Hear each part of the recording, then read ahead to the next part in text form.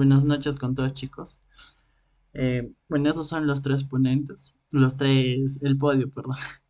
Ese es el podio. Después le enviaré al ponente, ¿no? El día de hoy tenemos la primera ponencia de este curso que consta de 15 temas, basado en el temario del curso de Quirúrgica 1 de la Universidad Continental, ¿no? El primer tema se trata de evaluación integral preoperatoria del paciente a cargo de un estudiante de nuestra universidad, que es el universitario Martín Vasco Vargas. Voy a leer un poco sobre él para después darle el paso.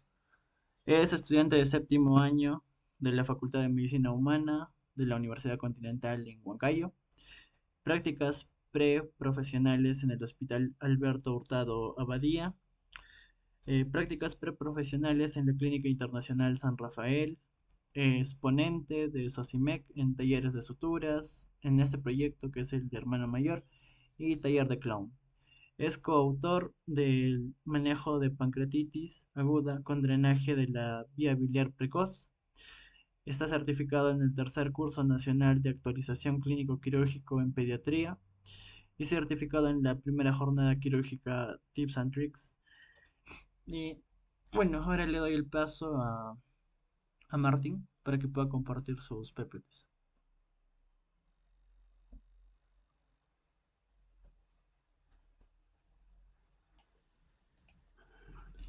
Martín. Hola chicos, ¿qué tal? ¿Cómo están? Buenas noches. Mi nombre es Martín. Creo que ya mencionó todo al respecto Ernesto. Muchas gracias por el pase.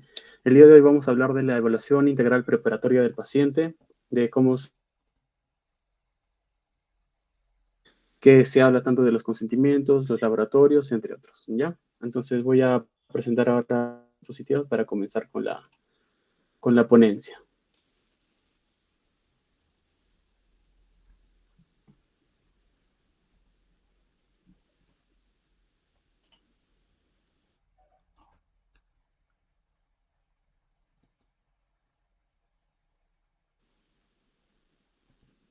¿Alguien que me confirme, por favor? Ernesto.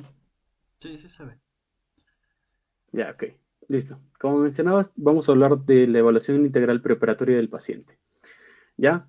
Entonces, la evaluación preoperatoria del paciente principalmente va a estar a cargo tanto del anestesiólogo como del cardiólogo. Estos dos son los principales encargados, por así decirlo, de que el paciente ingrese correcta y adecuadamente a sala en un estado adecuado para que pueda tolerar el procedimiento quirúrgico. Pero a su vez también aquí entra lo que es el cirujano, sea general o sea especialista en alguna, en cabeza y cuello, en tórax, entre otros, ¿no? Entran los tres. Ahora, cuando se habla de la evaluación preanestésica netamente, la evaluación preanestésica va a considerar 6 puntos vitales. El primero es determinar el estado de salud física y psicológica del paciente. El estado de salud física lo vamos a determinar por los criterios que vamos a poder visualizar, como son los criterios de LASA, como es el criterio Goldman, o los criterios de riesgo cardíaco, ¿no? Del RCI. Y la valoración psicológica, idealmente se tiene que hacer con un psicólogo, obviamente, pero también se observa, ¿no? Cuando el paciente ingresa, podemos observar si es que el paciente, el estado de ánimo que presenta el paciente.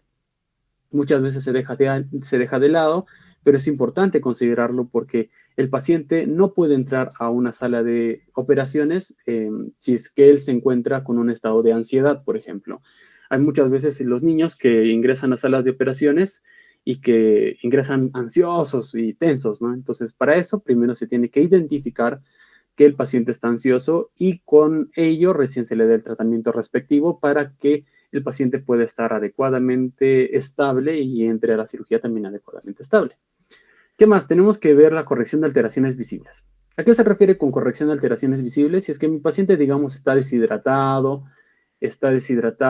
o si es que tiene tal vez alguna alteración, ácido-base, y son cosas que nosotros como médicos o cirujanos podemos manejarlo fácilmente, pues se resuelve rápidamente, ¿no? Y no hay mucho problema en esa parte.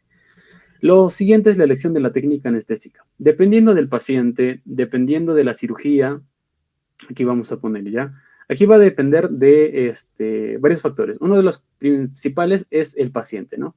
Dependiendo del paciente, voy a escoger yo mi técnica anestésica. Dependiendo de la cirugía, también voy a escoger mi técnica anestésica. Y también va a depender de la habilidad, aunque ustedes no crean, de la habilidad que posea el anestesiólogo. Porque hay muchos anestesiólogos que hacen, por ejemplo, raquidias, epidurales o anestesia general, pero hay muy pocos que, por ejemplo, hacen bloqueos, entre otros. Entonces va a depender mucho de eso también para decidir qué tipo de anestesia con qué tipo de anestesia va a entrar el paciente a sala de operaciones. Lo siguiente es la medicación habitual. Hablando de medicación habitual, vamos a hablar de esto un poquito más adelante, pero aquí vamos a tocar el tema, ¿ya?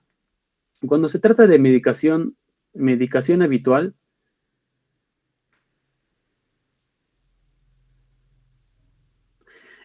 tenemos que, aquí hay 3 puntos importantes que son los que casi siempre tienden a olvidarse, ¿ya?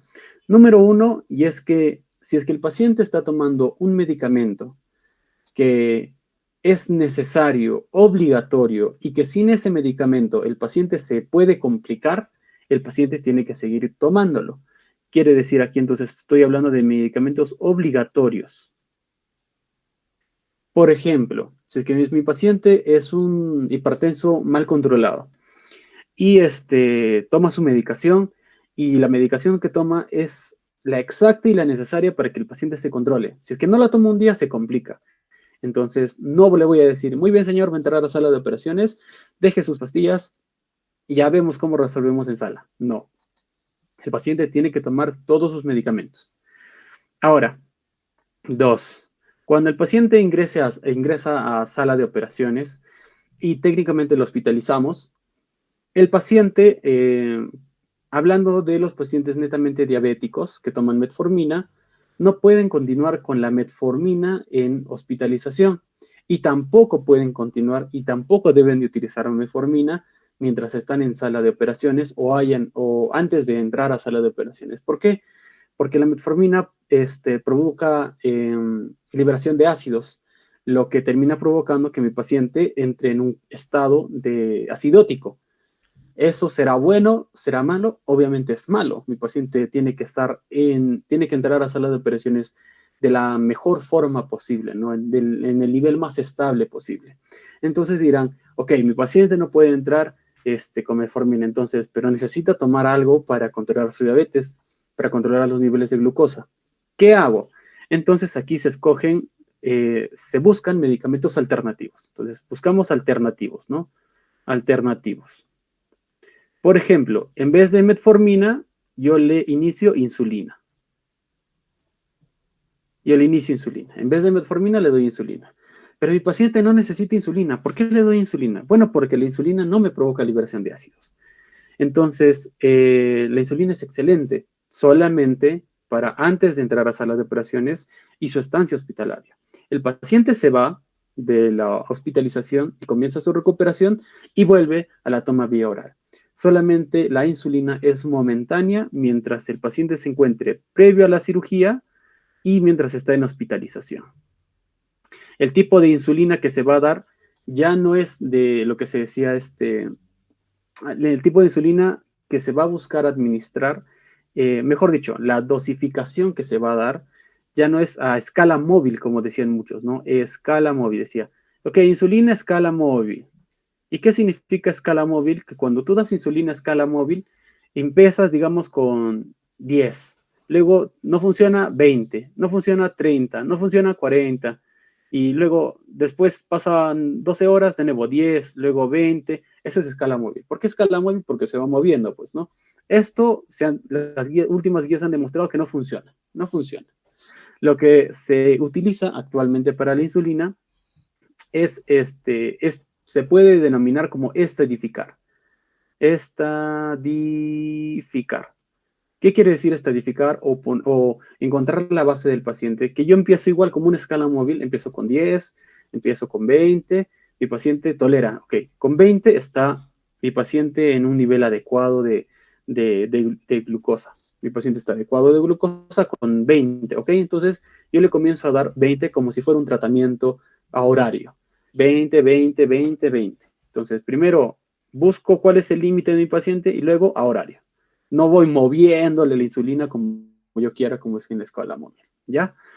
Entonces, buscamos medicamentos alternativos. Y 3, es muy diferente cuando se habla de anticoagulantes.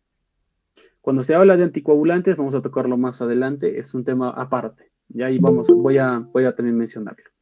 Ahora, la detección de los riesgos específicos es muy necesario, porque mi paciente puede entrar con diferentes patologías, me puede llegar a mis manos.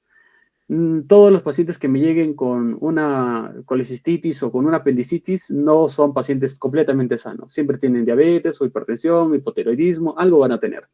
Entonces tengo que identificar los riesgos.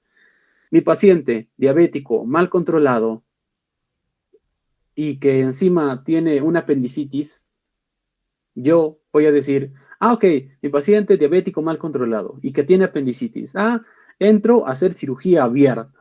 ¿Sería correcto? Obviamente no. ¿Por qué? Porque la glucosa mal controlada, es decir, cuando la glucosa está en niveles elevados, lo que provoca es un estado proinflamatorio del cuerpo. Y cuando el cuerpo está en un estado proinflamatorio, lo que provoca es disminución de la cicatrización. Entonces, si yo hago una cirugía abierta y mi paciente no puede cicatrizar adecuadamente, ¿sería correcto?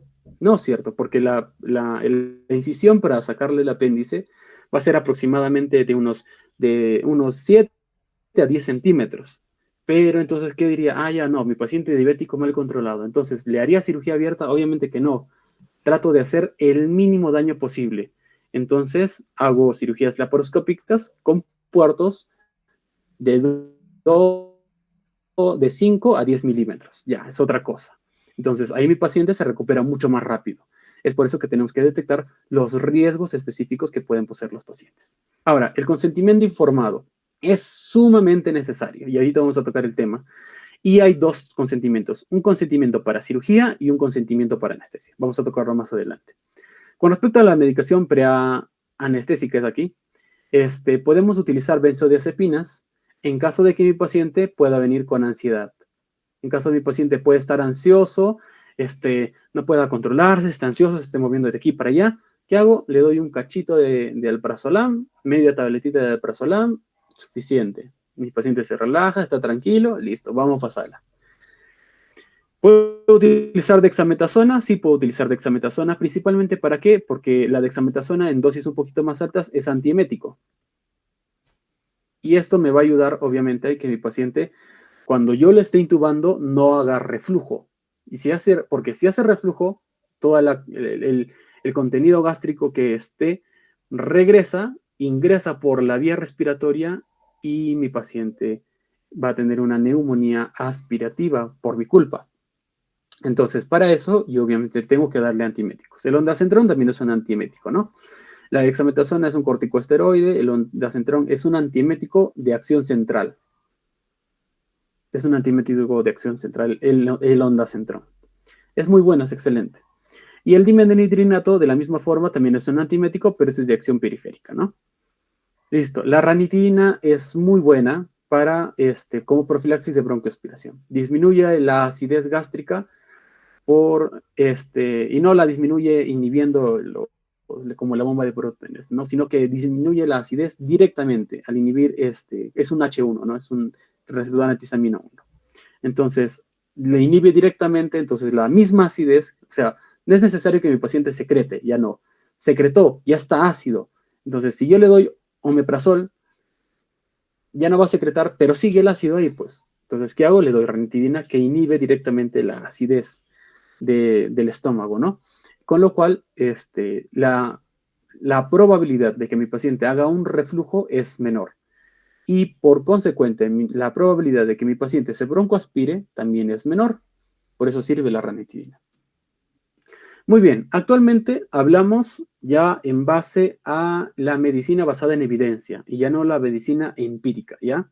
Entonces, con la medicina basada en evidencia, a partir del año 2001, se comienza a hablar acerca del protocolo ERAS. El 2001 era algo que muy pocos conocían, pero que actualmente ya se está globalizando y en el ámbito de la cirugía es muy, muy conocido el protocolo ERAS y es algo que se tiene que internacionalizar más y debería de llegar a todos los hospitales del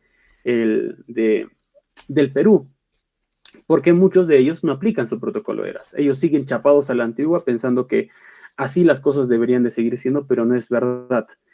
Entonces, ¿qué es el protocolo ERAS? El protocolo ERAS en inglés es Enhanced Recovery After Surgery, que significa recuperación mejorada después de la cirugía. ¿Para qué me sirve el protocolo ERAS o por qué existe este protocolo ERAS? Número uno, el protocolo ERAS no sirve para todas las cirugías, o sea, no es que un protocolo para todo lo que operes, no. El protocolo ERAS va por subespecialidades, por así decirlo, o por patologías. Porque hay un protocolo ERAS para cirugía de colon, hay un protocolo ERAS para cirugía pancreática, hay un protocolo ERAS para cirugía biliar, hay un protocolo ERAS para de cabeza y cuello, hay un protocolo ERAS para cirugía, para neurocirugía. Entonces va a depender del protocolo que escojas. ¿Dónde encuentro los protocolos? Escribes en internet. Protocolo ERAS para colecistitis aguda. ¡Pum! Te sale. Y eso es lo que debemos de seguir. El protocolo ERAS se basa principalmente en 3 partes esenciales. El preoperatorio, el transoperatorio, y otros le dicen el intra, ¿no? El intraoperatorio y el posoperatorio. Preoperatorio, intra o transoperatorio y posoperatorio. Y en esas partes esenciales de la cirugía es cuando nosotros tenemos que utilizar lo que basado en evidencia el consenso del protocolo ERAS nos ha otorgado. ¿Qué dice el protocolo ERAS con respecto al preoperatorio? Menciona que, primero, debe haber un asesoramiento adecuado preadmisión. Quiere decir que yo debo de hablar con el paciente y decirle, mire señor, esta cirugía es de este tipo, los riesgos son tales, las alternativas son tales, usted puede sufrir de esto, las complicaciones son tales, la probabilidad de supervivencia es tal y demás. Debe haber un adecuado asesoramiento. Segundo, la carga de líquidos y carbohidratos debe ser la adecuada. No se debe de sobrecargar al paciente con líquidos, ni se debe de sobrealimentar. Antiguamente se creía que como el paciente va a entrar a sala de operaciones y va a sufrir un estrés, y mi paciente va a estar en estrés, va a estar en un estado proinflamatorio, entonces mejor yo le doy bastantes alimentos o bastantes carbohidratos, proteínas para que mi paciente pueda tolerar toda la cirugía. De lo que él comía normalmente, que son, digamos, 2.500 kilocalorías, le doy 4.000 para que aguante. Ya no, eso ya no existe ya. Lo que se hace actualmente es, número uno, controlar mediante un cálculo que voy a hablar más adelante, cuál es el requerimiento de mi paciente de kilocalorías en base a su peso, talla y edad, y en base a la lesión que va a sufrir y en base también al nivel de actividad que él posee. Teniendo esas cinco partes fundamentales, voy a anotarlo igual aquí, teniendo la edad, el peso, la talla, la actividad que posea y la lesión que vaya a sufrir, teniendo esas cinco partes, recién yo calculo cuál es el requerimiento de kilocalorías que mi paciente va a necesitar. No lo sobreestimo, ¿ya? Ahora, evitar ayunos prolongados. Antiguamente, de nuevo, se creía que, digamos, para cirugías de colon, tenía que yo mantener a mi paciente en ayuno 24 horas, otros decían hasta 48 horas, y eso es inadmisible actualmente. No es necesario el ayuno prolongado, y menos para cirugías de menor complejidad, como digamos una colecistitis electiva. No hay necesidad de poner a mi paciente en ayuno prolongado. El ayuno es lo justo y lo necesario. Evitar la preparación intestinal. Aunque aquí el protocolo ERAS menciona lo de la preparación intestinal, podemos encontrar que en UpToDate, por ejemplo, mencionan que sí se puede haber una pequeña preparación intestinal para evitar que mi paciente pueda tener tal vez una infección de sitio operatorio, ¿no? Es lo que menciona UpToDate. Dice, mira, el protocolo ERAS dice esto, que evitemos la preparación intestinal, pero según las investigaciones que yo he revisado, he visto que sí es necesario hacerlo poco, ya no como antes que tenía que hacer ayuno y tenía que tomar cantidades inmensas de litros de agua, ya no. Lo justo y lo necesario, ¿no? La profilaxis antimicrobiana es necesaria en todos los casos. La tromboprofilaxis es muy necesaria y cuando hablo de tromboprofilaxis no solamente estoy hablando de los medicamentos, sino también estoy hablando a las medidas compresivas, ¿ya? Y no usar premedicación. Quiere decir premedicación, digamos, si es una cirugía electiva, no le voy a mandar, ya, es cirugía electiva, ya. Entonces dice, ahorita le mando su tramadol para que no le duela. No. Si es una cirugía electiva, el paciente se viene tranquilazo para operarse, no hay necesidad de premedicar al paciente. Canalizarle su vía y más que suficiente. En el transoperatorio es necesario que utilicemos anestésicos de acción corta. La anestesia y la analgesia se menciona que podría ser epidural, ¿no? Se puede escoger la vía epidural más que la anestesia general. Para algunos casos, claro, no es para todos. Menciona que se debe de evitar los drenajes innecesarios, ¿ya? Aquí voy a poner innecesarios. ¿Por qué innecesarios? Yo hago una cirugía, yo hago una colecistectomía laparoscópica. Mi zona operatoria queda completamente limpia, no hay sangrado, no hay líquido y encima no hay lavado, simplemente secado con mi gasita, listo. Y hay algunos cirujanos que tienen un poquito de temor y dicen, no, por si acaso, pum, le meto un dren laminar y encima más un dren tubular, por si acaso. No, ya no, ya. Solamente se utilizan los drenajes si es que el paciente lo requiere. Por ejemplo, si es que, digamos, yo estoy haciendo la cirugía y ¡pum! O sea, se perfora una vía biliar accesoria que yo no sabía que existía, está perforada. Ya, caballero, tienes que poner, porque si no, no colocas el drenaje en esa falla, es decir, en ese corte innecesario que hubo en esa vía biliar accesoria, si tú no lo colocas, ahí se va a formar un bilioma. Y luego se va a hacer una peritonitis biliar. Y nadie quiere eso. Entonces, para que salga eso, es necesario sí el drenaje. Como mencioné, no drenajes innecesarios. Ahora, hay que evitar la sobrecarga hídrica, porque cuando uno hace, digamos, una anastomosis, este es mi intestino y este es mi otro intestino, y yo voy a tener que pegar estos dos de un lado al otro. Si yo sobrehidrato a mi paciente, ¿a dónde crees que se va a ir el agua? Solamente aquí a su bracito. No, el agua se va a todo sitio. Por consecuente, este intestino, que normalmente tenía ese grosor, a raíz del agua, ahora está más grueso. Ha aumentado el volumen. Si tú te das cuenta, si has visto, una pierna normal, a diferencia de una pierna con edema, la pierna con edema tiene más volumen, ¿cierto? Porque hay más líquido en el espacio intersticial. Entonces, este intestino, ¿qué va a pasar? Lo mismo, va a aumentar su volumen. Si yo sobrehidrato a mi paciente, lo dejo así, y encima aquí, yo hago mis suturas, voy a poner las suturas con moradito, yo hago mis suturas acá, pam, pam, pam, pam, pam, yo hago mis suturas. ¿Qué crees que va a pasar cuando mi paciente ya expulse todo el líquido y quede de nuevo con su tamaño normal? Las suturas que yo ajusté con el tamaño grande que tenía se van a chorrear, pues, ¿no? Entonces van a hacer acá unas suturas chorreadas. ¿Y qué sucede con unas suturas que no están bien ajustadas? Lo que ocurre es que este intestino se va a abrir y por ahí va a salir todo el contenido a la cavidad abdominal. Voy a terminar provocándole una peritonitis secundaria a mi paciente. Y nadie quiere eso, ¿cierto? Entonces, es por eso que hay que cuidar la hidratación del paciente. Vamos a hablarlo más adelante también. Hay que mantener la normotermia. Cuando entramos normalmente a sala de operaciones, lo ideal es que el ambiente sea completamente con una temperatura adecuada, ¿no? Es como hemos dejado a los adultos tanto de lado y nos hemos enfocado tanto en los niños que a veces no consideramos esas pequeñas cosas. En los casos pediátricos, necesario que los ambientes estén con una adecuada temperatura para evitar la pérdida de calor del neonato, ¿no? Pero también debemos de pensar que el adulto también tiene pérdida de calor, tiene pérdida de líquidos a través del ambiente. Por consecuente, también debo considerar que mi paciente debe tener una adecuada normotermia.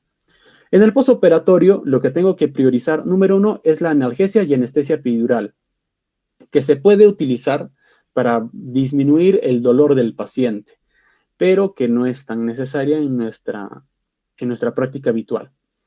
No usar sonda nasogástrica. Anteriormente se creía que a todos deberíamos de colocarle una sonda por si acaso, pero no es necesario. Debemos evitar la sobrecarga hídrica nuevamente para evitar justo estos problemas que ya mencioné. Hay que dejar en claro el retiro temprano de catéteres, por el catéter es una vía. Tú estás haciendo un orificio. Muchos dicen, no, en el bracito, como aquí está la vía ya y está bien cerradito acá con su plastiquito, aquí ya no sale nada. Mentira. Toda perforación, todo corte, toda incisión que se hizo en el cuerpo del paciente y que se mantiene es una vía para el ingreso de microorganismos, de bacterias, virus, hongos, etc. Entonces, esta es una vía de ingreso para todas las bacterias, ¿ya? Todos los microorganismos. Cuanto más tiempo le dejes un catéter, más probabilidad tiene el paciente de hacer una septicemia. Entonces, hay que tener mucho cuidado con eso. La nutrición oral temprana, necesario, muy necesario. Antes se decía, no le des comida porque no se vaya a abrir la sutura. No, ya no. Se tiene que incentivar en la nutrición oral temprana. Hay pacientes que los dejan 24 horas en ayuno antes de la cirugía, durante la cirugía no comen nada y después de la cirugía otras 24 horas de ayuno. ¿Cuántas kilocalorías no está ingiriendo y cuánto peso va a perder? Y cuando se pierde el peso, nuestro cuerpo va a necesitar. Tú hiciste la incisión, pan, lo suturaste. Para que esto se recupere, ¿qué va a necesitar? Lo primero que va a buscar son proteínas. ¿Y de dónde va a buscar las proteínas? De la grasa. No, el primer lugar donde el cuerpo busca las proteínas es del músculo. Y si tú lo dejas al paciente sin nutrición, lo dejas en ayuno por mucho tiempo, le quitas el suministro de proteínas, el paciente va a sacar proteínas del músculo. Y el paciente que tenía una adecuada masa muscular va a terminar saliendo del hospital con una masa muscular inadecuada, va a terminar saliendo con desnutrición, y todo eso va a llevar a que mi paciente tenga más complicaciones, que tenga más comorbilidades, a que si es que mi paciente vuelve a entrar a otra cirugía, imagínate que la cirugía a la que entró no salió bien y va a tener que volver a entrar, y lo has dejado 48 horas en ayuno. ¿Cómo va a entrar? ¿Cómo va a soportar el paciente entrar a otra intervención más? Es imposible. Entonces, ese chip que tenemos se tiene que quitar por completo. Lo siguiente es que tiene que evitar el uso de analgésicos y opioides o AINES. Se dice evitar. No te está diciendo no le des, te está diciendo evítalo. O sea, puedes darlo, pero no le des en cantidad. Yo he visto doctores que ponen tramadol 100 miligramos cada 8 horas como si lo fueran para que esté drogado el paciente, pero no es necesario. Y la movilización temprana es necesaria. Muchos doctores previamente, antes de todo esto, lo que hacían era, no, paciente en cama, 24 horas. Cuando tú dejas a un paciente en cama y no le permites la movilización, todo acto, reflejo que nosotros tengamos, el simple hecho de caminar, hacen que nuestros músculos se estiren y se contraigan, se estiren y se contraigan. Eso provoca esfuerzo, y el esfuerzo provoca la ruptura de las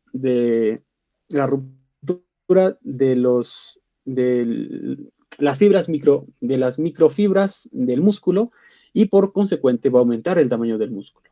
Si tú no haces eso, el músculo que tenía el paciente, como no está haciendo ese movimiento, va a disminuir. A eso súmale que le metas el ayuno 24 horas más, va a salir hueso el paciente. Ya, entonces es necesaria la movilización temprana para, uno, mantener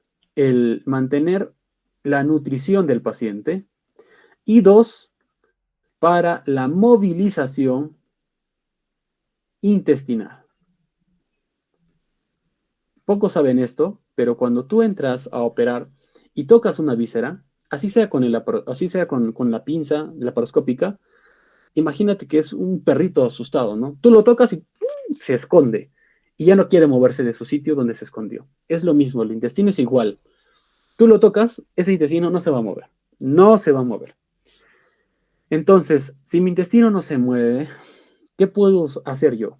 Número uno, puedo utilizar procinéticos, ¿no? ¿Qué procinético de elección? Utilizo metoclopramida. Estoy hablando del posoperatorio, ojo, ¿eh? Utilizo metoclopramida para el posoperatorio. ¿Para qué? Para que aumente la movilización intestinal. Y la otra forma de aumentar la movilización intestinal es la movilización temprana. Cuando tú caminas, el intestino, por obvias razones, va también a comenzar a hacer sus movimientos de reptación, ¿no? Porque el intestino repta. Entonces, por eso uno, para aumentar la movilidad del intestino, y dos, por gravedad, ya que si tu paciente está acostado, ¿hacia dónde van a estar las heces? Hacia abajo, ¿cierto? Pero si tu paciente se para, por gravedad las heces van a tender a caer. Y eso es lo que se busca, ¿ya? ¿Y por qué yo haría mi movilización temprana? Para evitar el ilio paralítico, que es lo peor que te puede pasar después de una cirugía, ¿ya? Una de las cosas peores, ¿no? Listo, muy bien. Seguimos. El ayuno, como mencionaba previamente, el ayuno ya no se busca ya 12 horas, 24 horas, ya no. Líquidos claros, 2 horas. 2 horas antes de entrar a cirugía puedes tomar líquidos claros. Leche materna, 4 horas antes de cirugía. Fórmula para lactantes, 6 horas. Leche no humana, leche de vaca, gloria, eso, 6 horas. Comida ligera, un mazamorritas o algo así, otras 6 horas. Y premedicación hasta 1 hora antes. Premedicación que estoy hablando, digamos, mi paciente toma toma su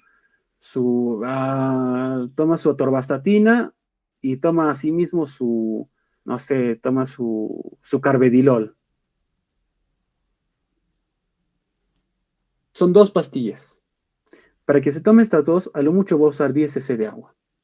¿Tú crees que 10 cc de agua van a regresarse? No, es imposible. Hasta 1 hora antes puede tomar su medicación habitual el paciente. Muy bien. Ya vamos a hablar ahora netamente de cuáles son las evaluaciones que uno como médico tiene que realizar al paciente para que el paciente entre a sala de operaciones. ¿Qué es lo que yo debo de saber antes para que mi paciente cuando entre a operarse pueda obtener una cirugía exitosa y no haya complicaciones intraoperatorias y posoperatorias? ¿Qué es lo que yo debo de saber? Número uno, cómo está mi paciente a nivel funcional. Entonces tengo que evaluar principalmente las actividades de la vida diaria, las actividades instrumentales de la vida diaria y otras que vamos a tocar ahora. Dentro de las actividades de la vida diaria, tengo que saber si es que mi paciente puede bañarse y ducharse, si es que mi paciente puede vestirse, si es que puede cuidarse, si es que su apariencia es de cuidado personal, si es que tiene si es que puede realizar transferencias, quiere decir que mi paciente puede ir de un lugar a otro. Si es que mi paciente puede contener, es decir, si es que puede aguantar la orina, si es que mi paciente puede alimentarse por su propia cuenta. Instrumentales, si es que mi paciente puede utilizar el teléfono. Instrumentales se refiere a habilidades dáctiles, ¿no? Capacidad de usar el teléfono, compras, prestación de alimentos, tareas domésticas, coladas, si puede transportarse por su propia cuenta. Y dentro de otras, la fuerza muscular que posee, el equilibrio, la marcha, la deambulación y tenemos la capacidad de transferencias, ¿no? De irse de un lugar a otro. Todo esto yo debo de saber si es que mi paciente puede hacerlo. Porque imagínate que mi paciente no puede ducharse, no puede vestirse, su apariencia no puede cuidar su apariencia personal, encima no puede usar el teléfono, no puede transportarse. ¿Tú crees que yo lo puedo meter a ese paciente a una sala de operaciones? Obviamente no, porque si yo lo meto, cuando salga, va a salir peor va a ser un paciente permanente del hospital. Tengo que pensar yo en todas esas cosas, ¿no? Y una prueba muy fácil de hacer es la prueba de levantarse y caminar cronometrada. ¿Cuáles son los pasos? Son en total 5 pasos. El primer paso, tu paciente tiene que estar completamente sentado. Le tienes que decir, muy bien, a la cuenta de 3, usted se levanta, camina 3 metros hasta el cono, da la vuelta, regresa a su sitio y se sienta. Si tu paciente puede hacer eso en 10 segundos, es un paciente que está sin ningún problema y puede entrar a sala. Si es que tu paciente no puede hacer eso, significa que es un paciente que tiene que tener mucho más cuidado y que sí o sí tiene que tener una ayuda en el pre, en el intra y en el postoperatorio. Ya, en el intra no hay mucha necesidad porque van a ayudar, nosotros estamos en el intra, pero en el pre y en el post es donde sí va a necesitar una ayuda. Entonces son cosas que uno tiene que tener en cuenta. La clasificación ASA, y es lo que les va a preguntar en los exámenes que van a tomar de cirugía, las clasificaciones ASA. La clasificación ASA, esto es sacado del Savistone, ojo, sacado del Savistone, esto de acá es una figurita que me encontré por ahí, pero esto es del Savistone, ¿ya? Entonces, si les dicen, no, esta pregunta está mal, ok, busquen el Savistone 21 edición y ahí van a encontrar la definición exacta. Como el Savistone es un libro de cirugía netamente, no pueden decir nada. Entonces, la ASA, ¿no? ¿Cuáles son las clasificaciones? Son en total 6 clasificaciones, ¿ya? Aquí faltó uno más. Son 6. La primera es cuando tu paciente viene sano o normal. Por ejemplo, es un paciente sano, no fumador, consumo mínimo de alcohol y que está viniendo para una cirugía electiva. ASA 1. ASA 2, cuando tu paciente tiene una enfermedad sistémica leve. Esa enfermedad sistémica leve puede ser una enfermedad crónica, como por ejemplo, digamos, diabetes mellitus tipo 2, o por ejemplo, aquí menciona un ejemplo, ¿no? Un infarto de miocardio hace 30, 40 años, o que tiene una hipertensión arterial controlada. Son cosas que mi paciente está bien, tranquilo, controladito, excelente, entonces entra a sala. Otra enfermedad sistémica leve, por ejemplo, puede ser también un paciente que, no sé, viene con su diabetes mellitus tipo 2 y va a operarse un, no sé, un ganglión que se encontró acá en la mano. Listo. Enfermedad sistémica leve, no hay mucho problema. ASA tipo 3 es cuando ya es una enfermedad sistémica grave. Grave y que además puede estar descompensada. Entonces, ¿a qué se refiere esto? Por ejemplo, diabetes mellitus tipo 2, hipertensión arterial, pero que estén descontroladas. Otro caso, por ejemplo, puede ser EPOC, que ya es una enfermedad grave, porque tu paciente va a estar intubado y la máquina va a hacer funcionar los pulmones. Entonces, si tu paciente tiene EPOC, ya hay un gran riesgo durante el periodo operatorio. Ya se considera enfermedad sistémica grave. Si tu paciente utiliza un marcapasos o si es que a nivel de cardiovascular ha tenido un infarto, ha tenido una enfermedad vascular cerebral en menos de 3 meses, también es una enfermedad sistémica grave. Listo.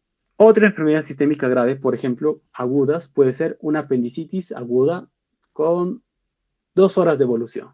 ¿Es una enfermedad sistémica grave? Sí lo es, pero no supone un riesgo para la vida. De la 4 en adelante es cuando ya hay complicaciones con la vida, ¿ya? Quiere decir, cuando es un ASA 4, tú ya hay una amenaza de la vida. Quiere decir que tu paciente presenta una enfermedad sistémica grave que además supone una amenaza constante para la vida. Por ejemplo, que tu paciente haya tenido un infarto agudo de miocardio en menos de 3 meses y que puede estar teniendo una disfunción valvular, que pueda tener una marcada reducción de la fracción de eyección del ventrículo, que pueda tener un CID, que pueda tener una enfermedad renal crónica, o que tu paciente también pueda estar haciendo sepsis, ¿ya? Entonces, puede ser crónico, como lo que ya mencioné ahorita, o puede ser agudo. Un paciente, digamos, un ejemplo, con una obstrucción intestinal, que ya hizo necrosis de la pared intestinal y que tu paciente está a raíz de esa necrosis de la pared intestinal, tu paciente ahorita está con una acidosis metabólica. Entonces, ya, eso es un riesgo, es una enfermedad grave que amenaza la vida, porque si tú lo dejas al paciente, tu paciente se va a morir. Entonces, ya es una amenaza constante. El número 5 es cuando ya te llega un paciente moribundo, es decir, que ya está moribundo y que no se espera que sobreviva sin la intervención quirúrgica. Quiere decir, tu paciente que te llega choqueado, en shock, o sea, te llega así completamente descompensado, choqueado. Tú le metes bolos de cloruro, no sale, tienes que utilizar adrenalina, recién sale, está bien, pero digamos, tenía una peritonitis por una perforación intestinal, hay marcada necrosis intestinal, ya, entonces, si yo no lo opero a este paciente se muere. Entonces, hay otras definiciones, inclusive, donde dice que la 5 es con o sin intervención. Significa que si yo entro a cirugía con este paciente, puede sobrevivir y puede no sobrevivir. O sea, es muy, muy probable que este paciente fallezca. Ese es un número 5. Y el número 6 es un paciente, no lo considera el Savistone porque ya no entra parte, ya no entra como pacientes vivos. Es un paciente con muerte cerebral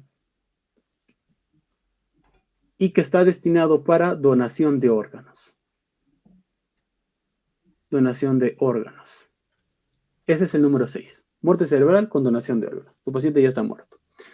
Entonces, significa que en cuanto más avanza, mayor es la clasificación de ASA, más grave está tu paciente. Listo.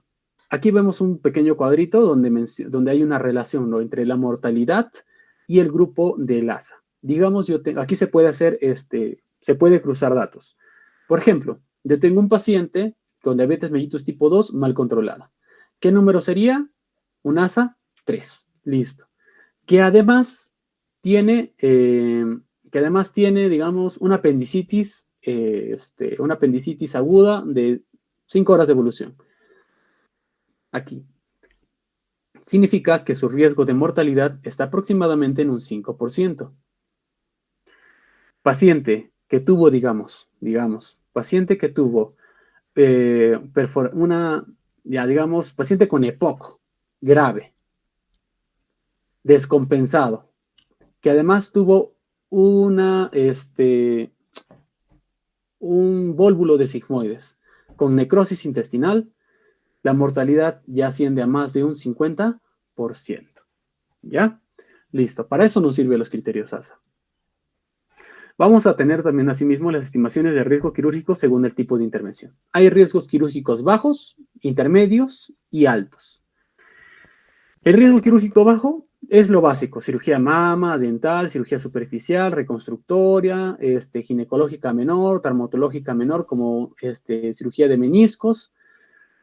Cirugía de riesgo intermedio, ya va avanzando un poquito más la complejidad. Cirugía de cabeza y cuello, cuando hay reparación de aneurisma endovascular, angioplastía, cuando ya se trata de un trasplante renal o urológica mayor. Cirugía de alto riesgo, cuando ya es una cirugía aórtica o vascular mayor, cuando ya hay revascularización o amputación, cuando ya hay una cirugía duodenopancreática o duodenopancreatectomía, también se considera. Cirugía hepática, esofagectomía, neumectomía, cistectomía, ya son cirugías muy complicadas, complejas, que tienen un alto riesgo de complicarse. Listo. El RCRI es el índice de riesgo cardíaco revisado por Lee. Es lo que se utiliza para el tema cardiovascular junto con Goldman, ¿no? Entonces, ¿qué se considera en esto? Principalmente cirugía de alto riesgo.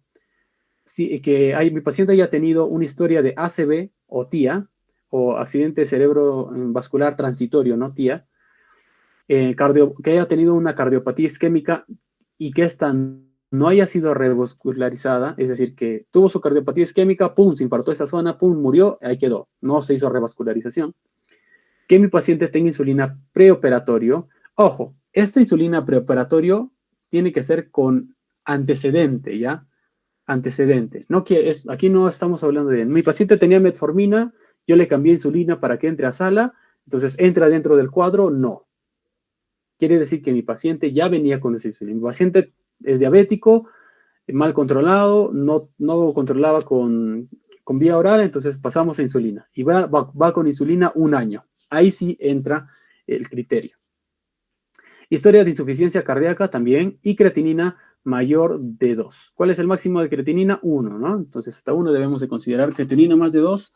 Creatinina más de 2 ya se considera riesgo cardiovascular. Entonces, si tengo 0 riesgos, ninguno de estos, si no tengo ninguno de estos, entra dentro de la clase número 1. Y la probabilidad de efectos adversos o de mortalidad es de solo el 0.4%. Si es que tengo uno de estos, solo uno, entro de la categoría número 2, y el porcentaje de probabilidad de complicaciones o mortalidades de 0,9%. Si tengo 2 o más factores y entra del número 3, ya es un porcentaje de mortalidad o complicaciones de 6,6%.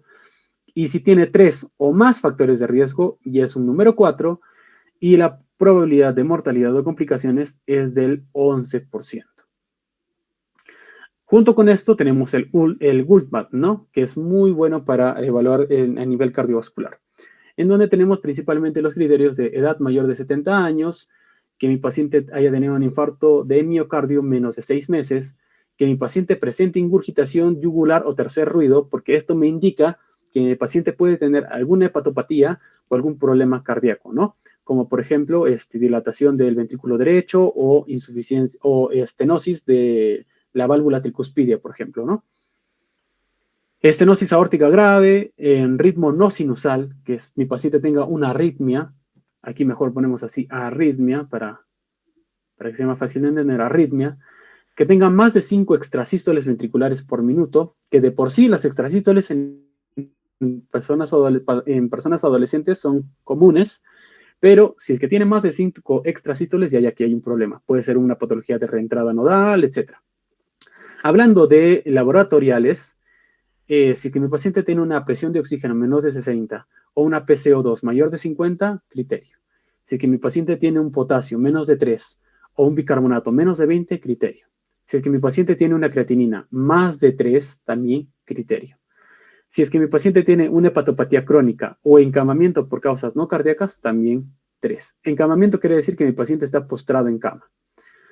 Cirugía intraperitoneal, torácica o aórtica también entra como criterio. Y cirugía de urgencia también entra como criterio. Quiere decir que mis pacientes que tengan apendicitis aguda de 8 horas de evolución, ¿entran? Sí, obviamente que entran porque es una cirugía de urgencia.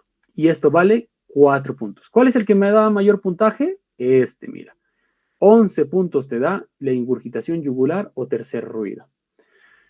Entonces, vamos por puntos para clasificar la clase. Clase número 1 de 0 a 0,5 puntos. Clase número 2, perdón, esto no es. Clase número 1 de 0 a 5 puntos. Clase número 2 de 6 a 12 puntos. Clase 3 de 13 a 25. Y clase número 4 menor o igual a 26 puntos.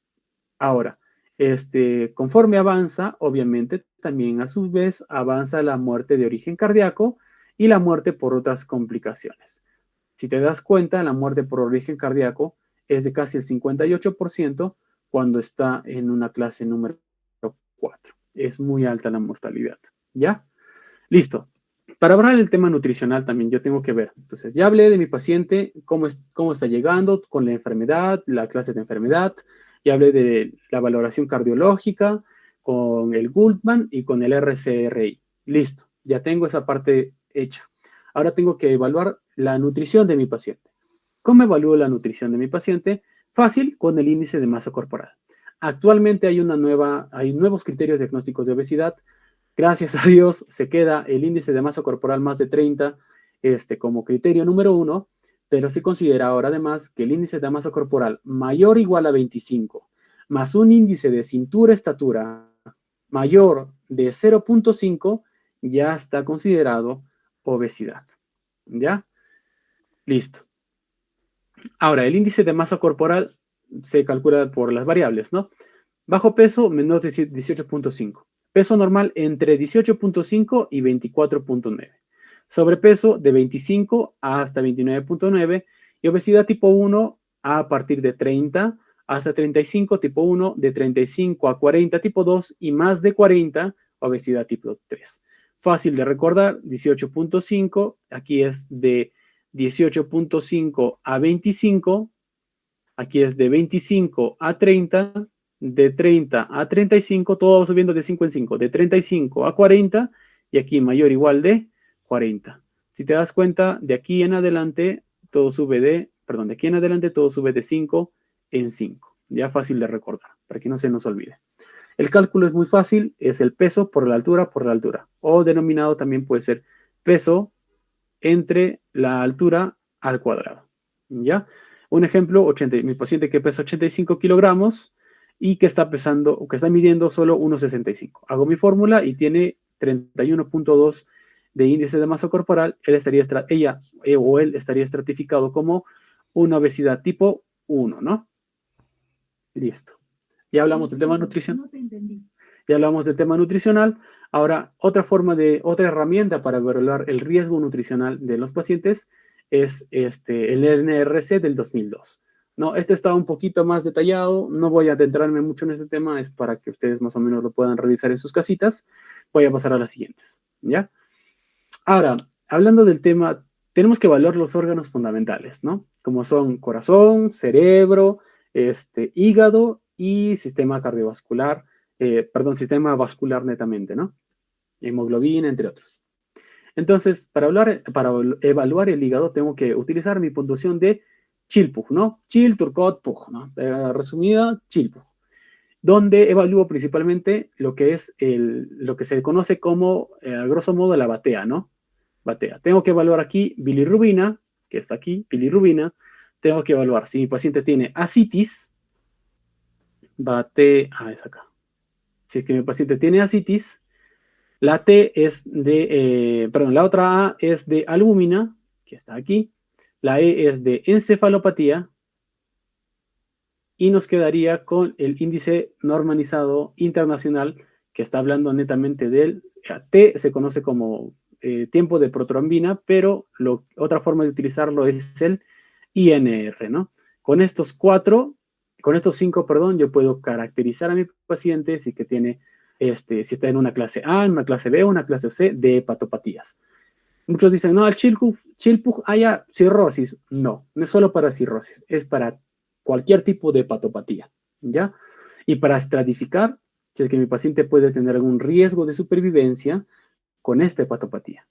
Entonces, la puntuación es lo mismo, ¿no? Clase A, clase B, clase C, de 5 a 6 clase A, de 7 a 9 clase B, de 10 a 15 clase C.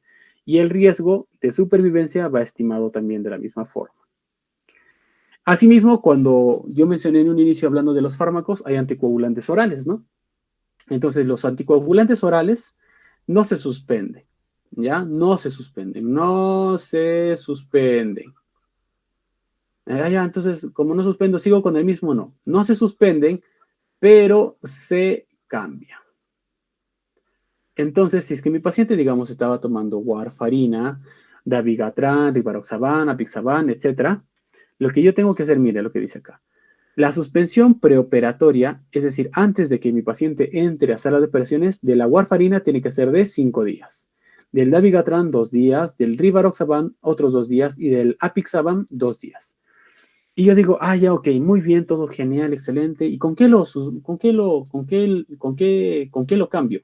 Fácil, con heparina de bajo peso molecular. Con heparina de bajo peso molecular es como yo controlo que mi paciente permanezca anticoagulado sin necesidad de tomar estos medicamentos. Yo mantengo esta heparina de bajo peso molecular durante el preoperatorio, durante el intraoperatorio y durante el posoperatorio y la estancia hospitalaria. Cuando mi paciente sale de hospitalización, ¡pum!, vuelve de nuevo a sus medicamentos habituales. ¿Ya? Listo.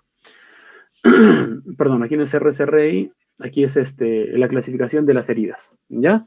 Dentro de las clasificaciones de las heridas, ¿por qué toco este tema? Porque también dentro de las evaluaciones preoperatorias tengo que determinar la profilaxis que yo le voy a dar a mi paciente. Y para yo darle una profilaxis a mi paciente, tengo que determinar el tipo de herida a la que yo estoy entrando. Se denomina herida limpia cuando la herida es una herida que no esté infectada, ojo, no está infectada, que no está inflamada y que tampoco está dentro de la vía respiratoria, del tubo digestivo o del aparato genital, vías urinarias. Es decir, a grosso modo, que sea una herida que no está infectada y que además no está en hueco, ¿ya? Hueco. Hueco, ¿por qué hueco? Vía respiratoria, hueco. Vía digestiva, hueco. Aparato genital, hueco. Y vías urinarias, hueco. Todo es hueco, hueco, hueco. Si es que mi herida no está en hueco, entonces es una herida limpia. Limpia contaminada, yo le denomino cuando es una herida quirúrgica que ya entra en hueco. Aquí sí ya hay hueco, ¿ya? Está limpia es decir, está limpia, pero ya tiene que entrar en hueco. Ya, digamos, voy a hacer pequeños ejemplos. Limpia, digamos, voy a hacer, voy a quitar una cicatriz queloide. Cirugía de cicatriz queloide. ¿Entra en hueco? No. ¿Está infectada? No. Es una cicatriz queloide. ¿Está inflamada? No, porque se supone que para que sea una cicatriz queloide ya ha pasado unas 2, 3, 4, 5 años, ¿no? Limpia contaminada, ya entró en hueco. El ejemplo más clásico es una colecistectomía laparoscópica. Aquí yo no entro en hueco. ¿Por qué no? ¿Por qué yo puedo determinar que aquí no entra en hueco? Porque cuando yo ingreso, digamos, vamos a hacer este ejemplo de la vesícula.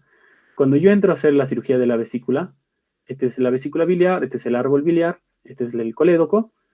Lo que entro a hacer con la cirugía laparoscópica es, entro, todo, libero las alas de la vesícula, que son los alerones de la vesícula, lo libero, pam, pam, pam, pam, lo libero. Está íntegra la vesícula, lo libero del hígado, porque el hígado está acá atrás. Luego, ¿qué hago? Luego termino haciendo, aquí le pongo sus clips, un clip y aquí un clip más. Listo. Hago mi corte, chun, chun, chun, chun, chun, listo. Y saco mi vesícula a un ladito. ¿Salió algo de contenido de dentro de la vesícula? No, no salió nada. ¿Por qué? Porque la vesícula está con su clip.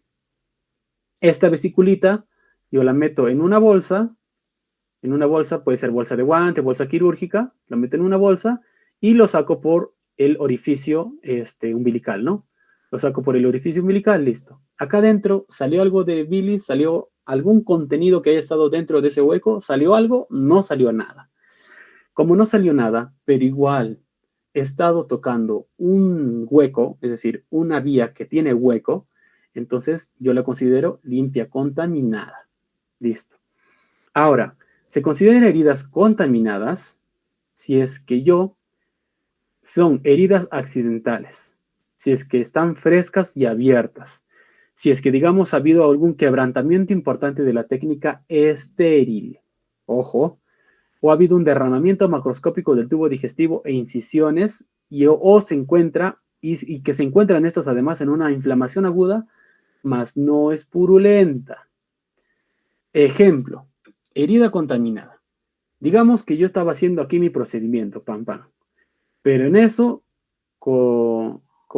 estaba haciendo aquí y con mi cauterio, ¡pum! Hice un hueco acá en la vesícula. Y yo estaba operando una colecistitis aguda.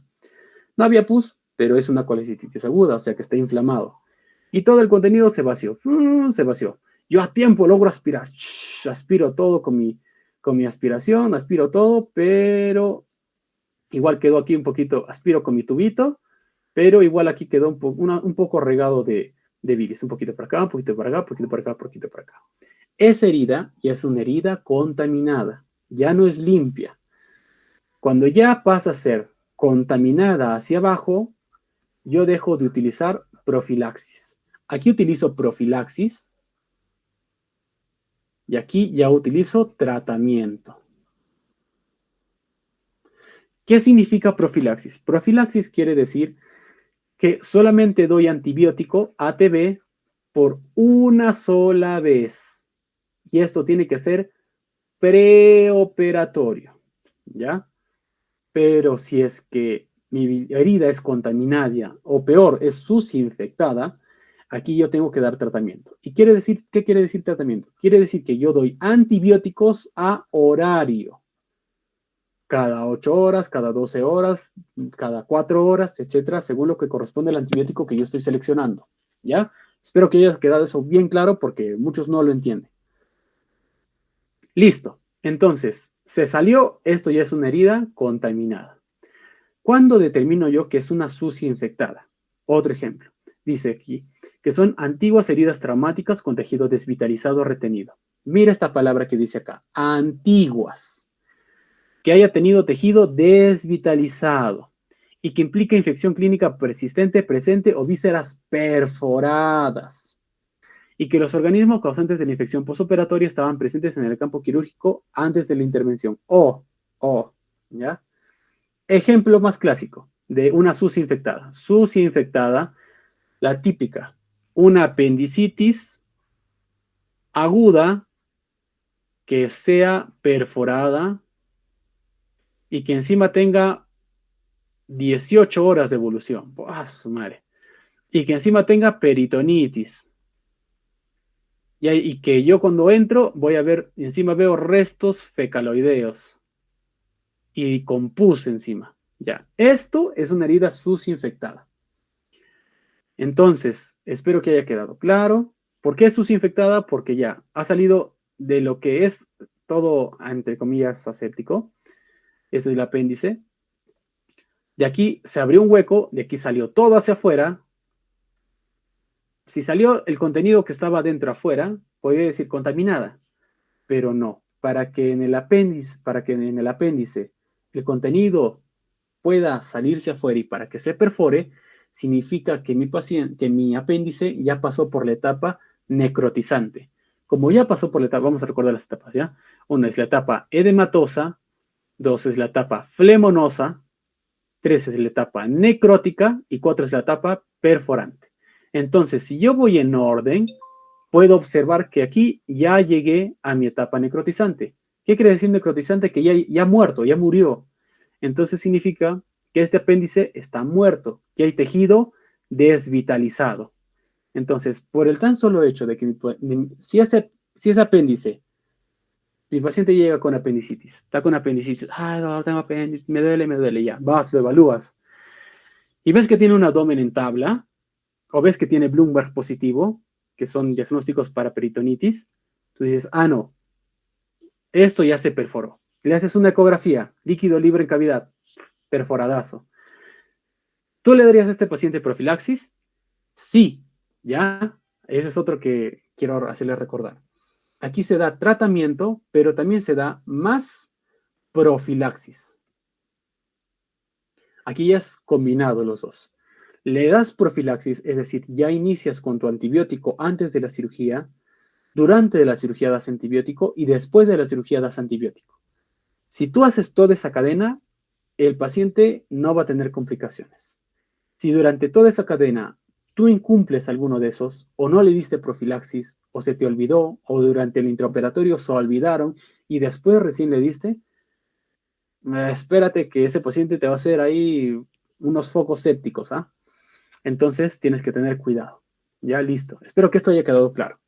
Entonces, hablando de los antibióticos, esto es una lista gigante, ¿ya?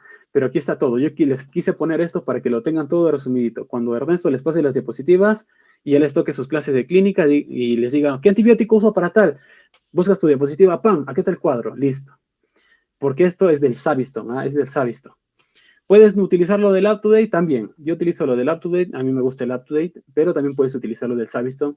Yo supongo que los doctores de quirúrgica estarán un poquito espesos, entonces van a querer que sea de libro de cirugía. Libro de cirugía, Savistón, que no es, si no es de UpToDate, pues, ¿no? Entonces, los fármacos recomendados y los típicos, voy a hacer acá, voy a crear una hojita más. ¿Cómo se crea? Creo que acá, última, cámara ayuda, a ver, creo que es esto. No, no es eso. Ya, aquí nada más. Los fármacos que normalmente utilizamos, a ver, ¿dónde puedo hacerlo? Esperen un ratito ya, chicos, para continuar, vamos a crear un... ¿Dónde está? Aquí. Enter. Y esto de acá borramos. Listo, ahora sí. Ya. Dentro de los antibióticos que normalmente utilizamos y que se utiliza casi siempre para toda cirugía, vamos a tener lo que son los... Aquí. Ya. Número 1, vamos a tener la típica y lo que siempre se utiliza van a ser las penicilinas. ¿Ya? Las penicilinas. Las penicilinas. O mejor dicho, dentro del ámbito de las penicilinas, lo que son los betalactámicos. los betalactámicos, ¿ya?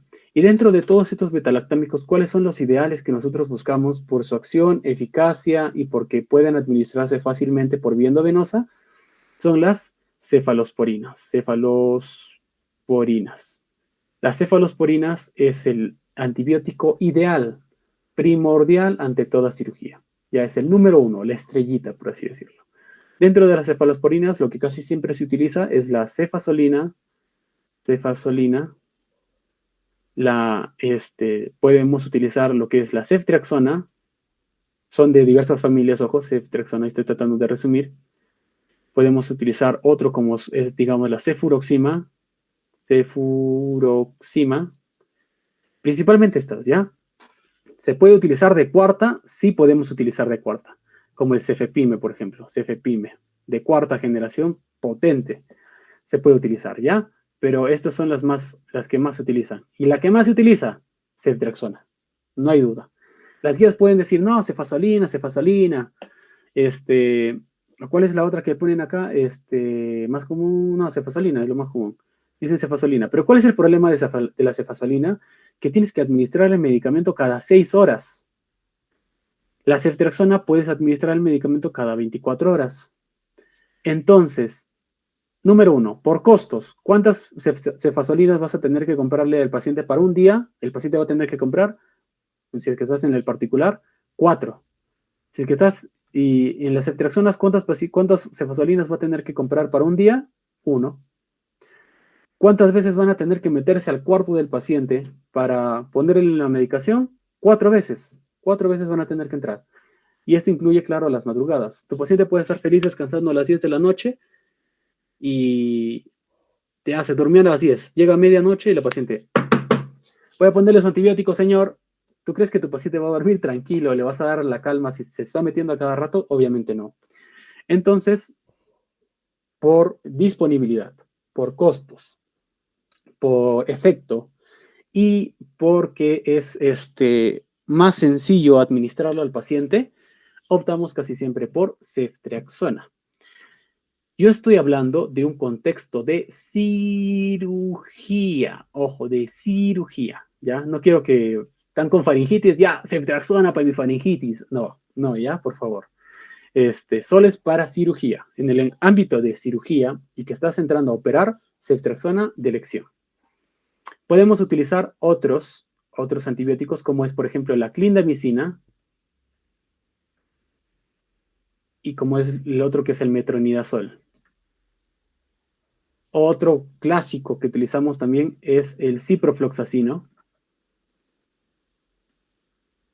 Ciprofloxacin, van a disculpar la letra. Y los carbapenems, en caso esté muy grave, carbapenems. Y la vancomicina. Son los antibióticos más clásicos que se utilizan. Si en una pregunta les viene y les dicen, ¿qué antibiótico uso? Más este. Más este. Nunca van a fallar. ¿Está mal recordarlo así? Sí, obviamente.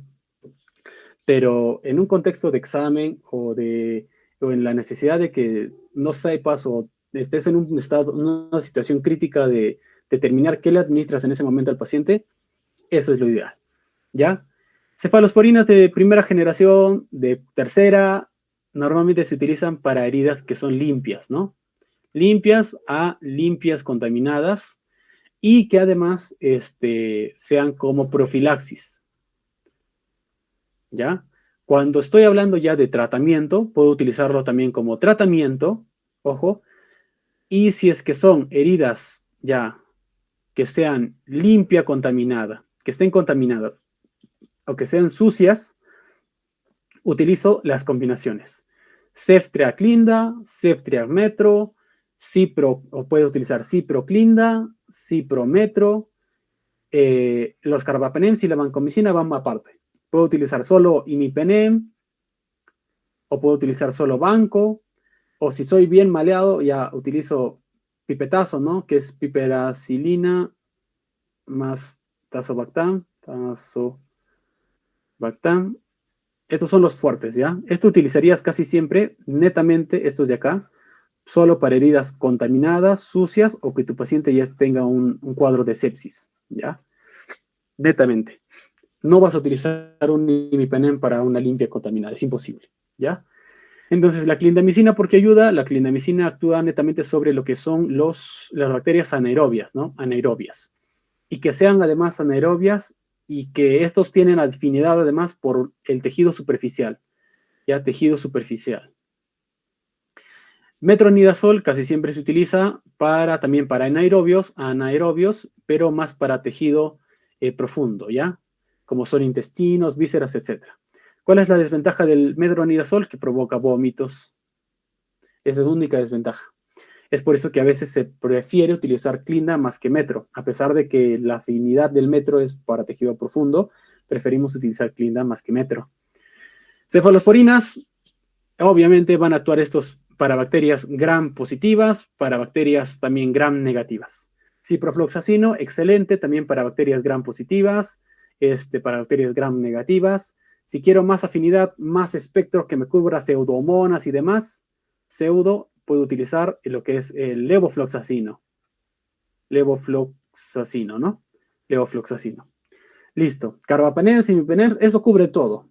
Gram posi, gram nega, anaerobios, pseudomonas, esto te cubre todo, ¿ya? Son bombas para administrar. No las utilicen si es que la situación no lo requiera. Listo, yo les he dado las basiquitas, ¿sabes? Las pepas, pero por favor, léanse estos completos, ¿ya? Porque aquí están exactamente para lo que se utiliza para cuál. Un ejemplo, por ejemplo, apendicectomía por apendicitis no complicada. ¿Qué utilizan ellos? Cefazolina más metro, ¿no? Alternativas, dicen, puedo utilizar clinda más aminoglucósido, puedo utilizar astronam, fluoroquinolona, como ciprofloxacino, metronidazol con su aminoglucósido o fluoroquinolona, ¿no? Es lo que ellos casi siempre prefieren. Lo que se puede utilizar también, ceftriaxona más metronidazol, a pelo. O cipro, como aquí menciona, fluoroquinolona, ¿no? Fluoroquinolona. Puedo utilizar fluoroquinolona, cipro más metro, o cipro más clinda, ¿no? Utilizando las combinaciones para tratar de cubrir todo el espectro de bacterias que puedan colonizar o que estén ya colonizando la cavidad abdominal. Listo, hablando netamente de profilaxis antimicrobiana quirúrgica, aquí mencionan, ¿no? Los tipos de cirugías o de intervenciones y las alternativas que se pueden encontrar para estos pacientes. Es lo que ellos mencionan, también es una leidita. Directrices para la práctica clínica de profilaxis antimicrobiana. ¿Cuáles son las dosis, Martín? No lo sé. Aquí están las dosis, chato. Ampicilina subacam, 3 gramos. Las típicas que utilizamos. Por ejemplo, ceftriaxona, 2 gramos. Siempre es 2 gramos. Ciprofloxacino, 400 miligramos. Siempre es 400. 400 miligramos se puede utilizar. Se puede utilizar la clinda, 900 miligramos. Casi siempre se utiliza 600. Aquí en Perú tenemos de 600. Se puede utilizar lo que es la gentamicina, 5 miligramos por kilogramo, levofloxacino 500, metronidazol también es de 500 miligramos, y pipetazo 3.375 viene piperazolina, tazobactam. Por eso suma 3.375 porque son dos en uno solo. Lavanco 15 miligramos por kilogramo, ¿no? Como les estaba mencionando. Para casita, para que se vayan a su casa, si es que solamente los vas a tener en hospitalización 2 días, los vas a mandar para su casa y vas a darles tratamiento en casa, utilizamos lo mismo, ¿no? Utilizamos antibióticos, puedes dejarle con un betalactámico, por ejemplo, amoxi más ácido clavulánico, puedes dejarle para casa, junto con puedes dejarle cipro para casa, puedes dejarle otro antibiótico para casa, puedes dejarles clinda vía oral también puedes dejarle. Ya vas a ver tú, dependiendo del espectro que cubra, tú vas a saber escoger, ¿ya? Pero principalmente, obviamente, si es que estamos hablando de un contexto donde hay pus, vas a buscar siempre cubrir anaerobios a todo lugar, a toda costa, anaerobios. Si estás buscando en un lugar donde solamente haya inflamación y donde no tenga que ver mucho con vísceras, más que todo vesícula o entre otras zonas, vías respiratorias y demás, que vas a buscar principalmente gram positivos y gram negativos, ¿no? Es lo ideal, ¿no? Obviamente aquí en anaerobios no solamente vas a cubrir anaerobios, sino que también tienes que cubrir sus gram pos y sus gram nega, ¿ya? Principalmente. Listo. Esta es una tablita que da el Savistton, ¿no? El Savistton da esta tablita para ver los periodos de ayuno mínimo, ¿no? Y como ustedes pueden darse cuenta, aquí el Savistton le agrega uno más, que son alimentos fritos y carne. Alimentos fritos y carne, Savistton dice 8 horas a más de ayuno, si es que has comido estos alimentos. Es por eso que como nosotros no sabemos qué cosas van a comerse nuestros pacientes, les decimos desde la cena hasta que te toca su cirugía, que casi siempre las cirugías son programadas en la mañana, no coma nada. Quiere decir que, digamos, mi paciente cenó a las 10 de la noche, 10, 11, 12, mi cirugía es programada a las 8 de la mañana. 8 más 2, 10. 10 horitas de ayuno, si es que no sé qué cosa vaya a comerse mi paciente, porque fácil y mi paciente se le antoja y se come un chancho a la caja china. Entonces, para yo prever todo eso y para que mi paciente no se me complique, señor, cena y desde la cena hasta la mañana que viene a operarse, no coma nada. Es muy diferente cuando es una cirugía de urgencia o de emergencia. Cirugía de emergencia o de urgencia, te vale lo que haya comido el paciente, dale su tiempo al menos de 2 horitas y entra, porque ese paciente se puede morir. Aquí tenemos la lista de verificación de seguridad, esto lo da la WHO. No se hace, la verdad, no se hace, pero dale una leidita, ya denle una leidita. Si todos los centros de salud, todos los hospitales y clínicas hicieran esta lista, créeme que habría muchas menos complicaciones. Ahora, hablando del laboratorio y pruebas diagnósticas, va a depender mucho del procedimiento que vayas a realizar o de la cirugía a la que vaya a entrar el paciente. Entonces, vamos a hablar de pruebas que son, primero, sanguíneas, la que son las pruebas bioquímicas y las pruebas de imágenes. Así, rapidito nomás. Dentro de las pruebas sanguíneas, obligatorio que todo paciente antes de entrar a sala debe de tener es su hemograma completo. Hemograma completo. ¿Qué consta del hemograma completo? El hemograma completo consta de hemoglobina, consta de hematocrito, consta de leucocitos y consta de plaquetas. Eso te debe tener obligatoriamente el paciente. ¿Qué más le tienes que agregar aquí? Sus pruebas de coagulación. Si es que tu paciente tiene antecedente de trastornos de la coagulación, tiene que ir obligatorio. Pero igual es ideal que tu paciente tenga sus pruebas de coagulación. ¿Qué pruebas de coagulación? Pruebas de coagulación. ¿Qué pruebas de coagulación debo solicitar en este paciente? Lo básico, tiempo de coagulación y tiempo de sangría. Es lo básico. Si es que tienes la posibilidad de darle más pruebas, puedes aumentarle tiempo de protrombina y tiempo de tromboplastina activada. Y si es que puedes más, su INR, pero esto mayormente se utiliza para pacientes que estén tomando algún tipo de anticoagulante. ¿Ya? Listo. ¿Qué más tienes que darle? Necesario y obligatorio. Grupo sanguíneo más su factor RH. Necesario en todo paciente. ¿Ya? Grupo sanguíneo y factor RH. Listo. En pruebas bioquímicas, vamos a ponerlo así, en pruebas bioquímicas, lo que debo de buscar es aquí va a variar dependiendo de la patología que yo estoy pensando.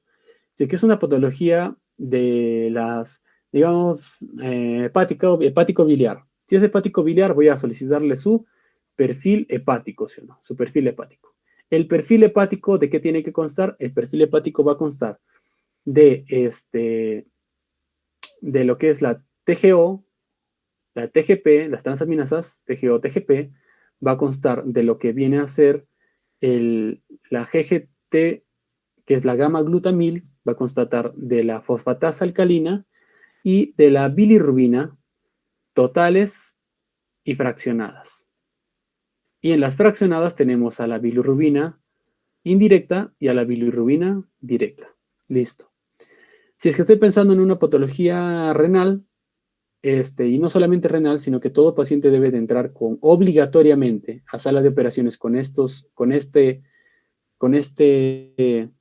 perfil, es decir, con estos exámenes. Voy a borrar esto. Lo que está en rojo son los obligatorios, ¿ya? Lo que está en rojo son los obligatorios. Entonces va a entrar siempre su perfil renal. ¿Qué entra en el perfil renal? Tiene que entrar lo que es la creatinina, lo que viene a ser la urea, y si es que se puede, vamos a poner aquí como si es que se puede con azul, puede entrar la microalbuminuria, ¿ya? Listo. Hablando ya netamente de renales, de orina y demás, tiene que entrar sí o sí con su examen completo de orina, ¿ya? Su examen completo de orina. ¿Con qué más debe de entrar tu paciente obligatoriamente? Obligatoriamente tiene que entrar con glucosa. Sí o sí tiene que entrar con glucosa, ¿ya? Listo. Con eso ya tienes más o menos tu base para tú determinar para dónde te estás yendo, ¿no? Si tu paciente, digamos, estoy poniendo ejemplos, tiene patologías lipídicas, entonces ya le pides su perfil lipídico, ¿no? Colesterol, triglicéridos y demás. Si es que tu paciente te menciona que ha tenido algún problema cardíaco, entonces ya pides su CPKMB, pides su mioglobina, entre otras, ¿ya? Pero si es para una patología que es para una cirugía electiva, o si es que ves que tu paciente va sospechando por dónde se encuentra la posible etiología, pides esto. Pruebas que la literatura ha demostrado no son tan útiles, pero que se pueden utilizar, son las pruebas de marcadores inflamatorios, ¿no? Como viene a ser el lactato, lo que viene a ser el PCR y el BSG, ¿no? Con esos tres, tú puedes determinar marcadores de inflamación. No sabes dónde está el foco, no sabes si el foco es inflamatorio, no lo sabes. Lactato, PCR, BCG, lo que tenga tu hospital, ¿no? Lactato, PCR, BCG. Estas son pruebas de netamente lo que es inflamación. Inflamación. Listo.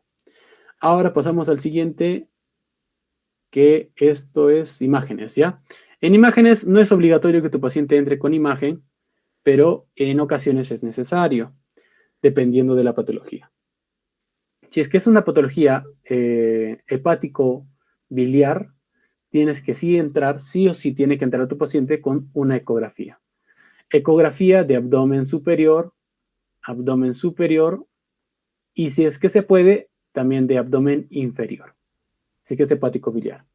Si es que es una patología que es intestinal, estás pensando, no sé, obstrucción, vólvulo, etcétera, tu paciente sí o sí puede entrar con una eco, igual de abdomen, aquí es abdomen completo, o unos rayos X de abdomen. Eso sí tiene que estar en bipedestación, ¿ya? Si es que estás pensando intestinal, si es que estás pensando en una patología que puede ser, que puede ser urinaria, urológica, urinaria, puedes buscar también su eco renal, y si es que ya eres más pro, puedes pedirle hasta una TAC, ¿no? Aquí también, si es que ves que estás complicándose, TAC también puedes pedirle. Si es que estás entrando por una apendicitis, no es necesaria ninguna prueba de imagen, pero puedes solicitar alguna si es que estás sospechando que hay perforación del apéndice. ¿Qué solicitas? Igual, tu eco de abdomen completo, porque no sabes dónde está la colección, puedes pedir una TAC también. El gol estándar es solicitar TAC para apendicitis. No sirve porque muchos hospitales no tienen TAC, pero se puede utilizar la TAC, ¿no? TAC igual de abdomen completo, ¿ya? La eco sirve un poco, más o menos, más que todo para ver abdomen, líquido libre en cavidad, ¿no? Listo. Principalmente estas son las pruebas que vas a solicitar para patologías abdominales. Ya para patologías torácicas, estás pensando, no sé, perforación, neumotórax, etcétera. Para todo, sí o sí tiene que ir siempre, si es tórax, sí o sí siempre tenéis rayos X de tórax. Sí o sí tiene que entrar con rayos X de tórax. Ecografía, TAC, se puede solicitar dependiendo de lo que esté sospechando. Pero sí o sí, para toda patología de tórax, tiene que entrar con sus rayos X de tórax. Para patología cardiovascular de corazón, sí o sí tiene que entrar con su ecocardio. Sí o sí, no se permiten otras cosas más. sí o sí tiene que entrar con ecocardio y más o menos se puede utilizar también la TAC. Listo, chicos, esto es lo más básico, ¿ya? Entramos a lo de que es el consentimiento informado. El consentimiento informado es un medicamento, es un documento legal, ¿ya? Que te va a permitir a ti salvarte de un juicio. Pero no necesariamente, pero en parte sí, ¿no? Pero más que todo es para que el paciente también tenga el entendimiento de lo que está entrando a hacerse. Y para que tú también tengas el sustento legal de decir, no, yo le he dado el consentimiento, el paciente lo firmó, yo me eximo de toda responsabilidad. Responsabilidad dentro de ese ámbito, ¿ya? Aquí tenemos, por ejemplo, unos que son de la clínica Ortega, me echaría por ahí. No, mentira, uno de los doctores dio por ahí unos ejemplos. Entonces, estos son el formato del consentimiento. Que debe tener todo consentimiento informado, sí o sí debe de tener el lugar donde te estás operando, que en este caso es la clínica, ¿no? Tiene que ir el título sí o sí mencionándote consentimiento para qué es. En este caso es un consentimiento para cirugía.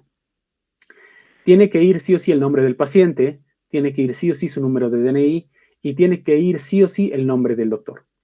Tiene que ir además el nombre de la intervención quirúrgica. Vamos a rellenarlo, vamos a hacer un ejemplo de rellenado de historia clínica, ¿ya? Digamos, yo, Rafael López Aliaga. Yo, Rafael López Aliaga, con DNI 71 80 23 94.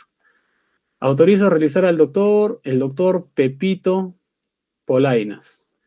Autorizo realizar el procedimiento quirúrgico de, no sé, ponle mastectomía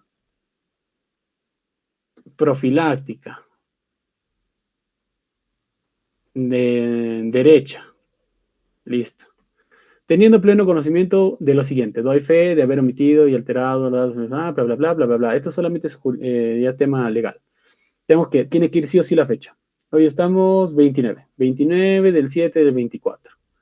Tiene que ir la firma del testigo de la persona responsable o la firma del propio paciente que utiliza el consentimiento.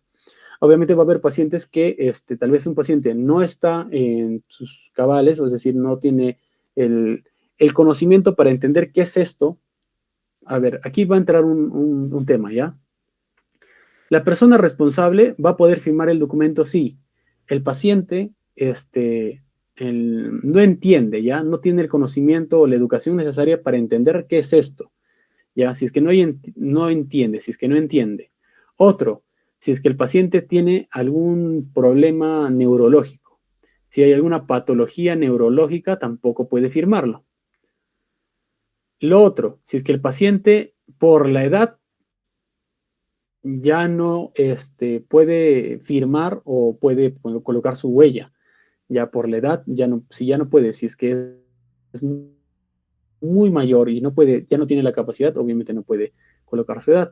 Lo otro, casos especiales, digamos, es un paciente amputado, que no tiene brazos y demás, tiene que firmar un familiar, a menos que el paciente tenga la habilidad de firmar con otra parte, digamos, sus labios o con su boca, y que esa firma que firme con su boca esté legalizada en RENIEC.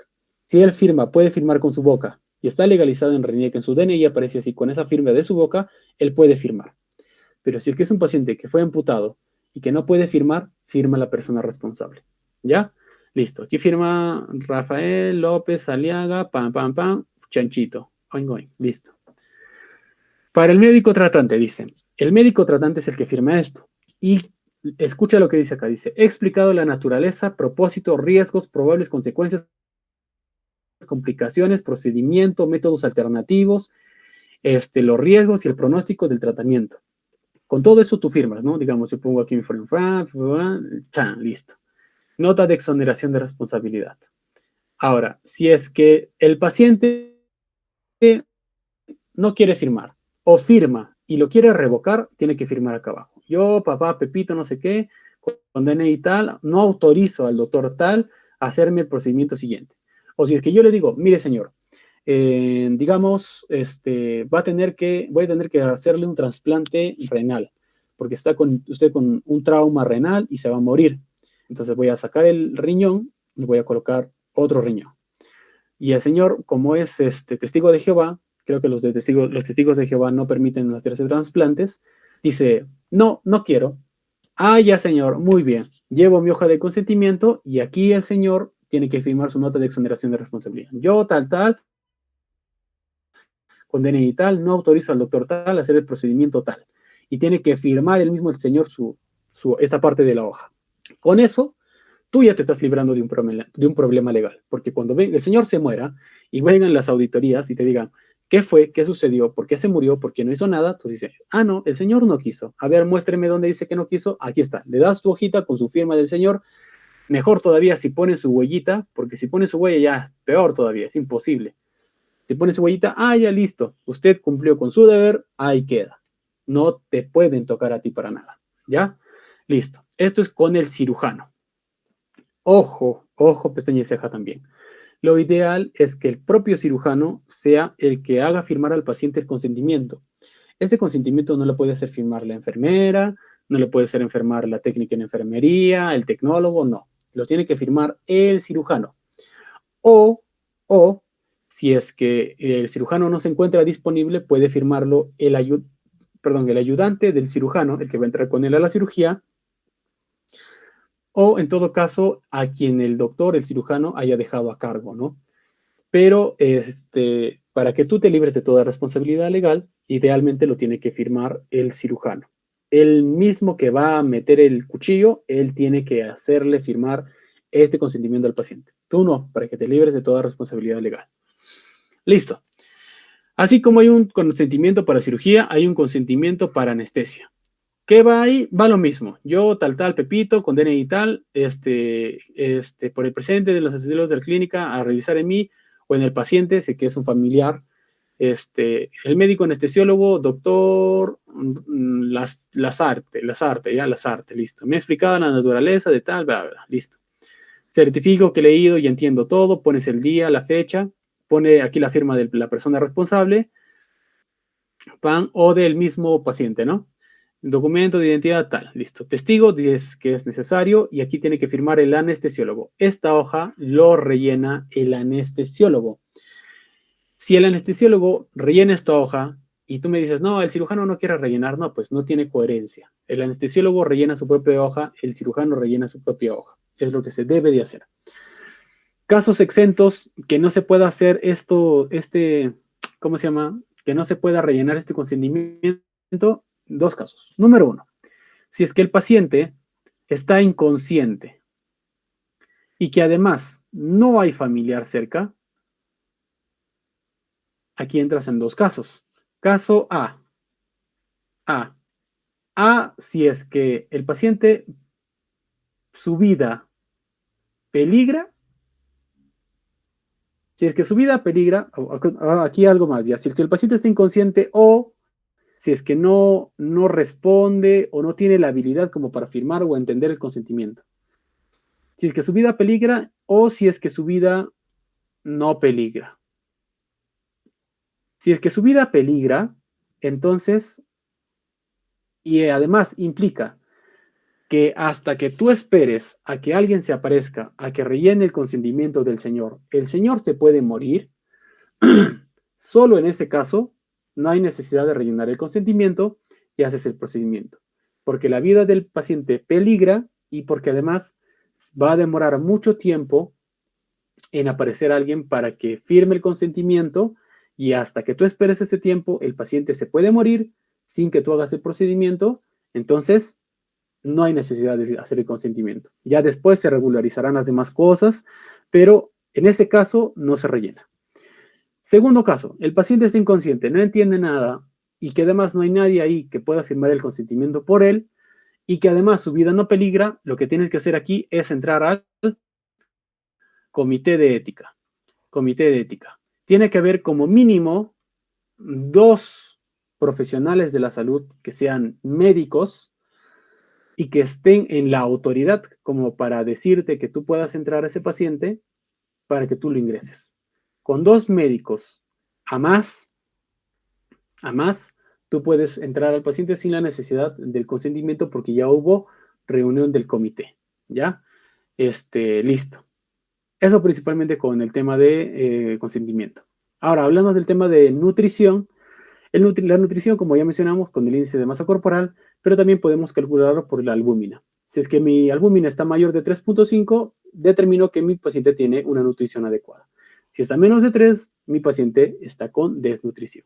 Y la creatinina también se puede utilizar para determinarlo como marcador renal que va a reflejar el grado de hidratación y de la masa muscular del paciente. Ahora, para nutrición, yo les aconsejo, por favor, nadie lo hace, muy pocos he visto que lo hacen, pero por favor háganlo, ¿ya? Calculen su ecuación de Harris-Benedict. No es difícil, hay calculadoras en internet. Voy a presentar ahorita una calculadora. Esta es una calculadora de Harris-Benedict, por ejemplo, ¿ya? Solamente aquí tú pones los datos, pam, pam, pam, pam, y la calculadora te calcula cuánto necesitas. Al resultado que te da, obviamente le tienes que multiplicar,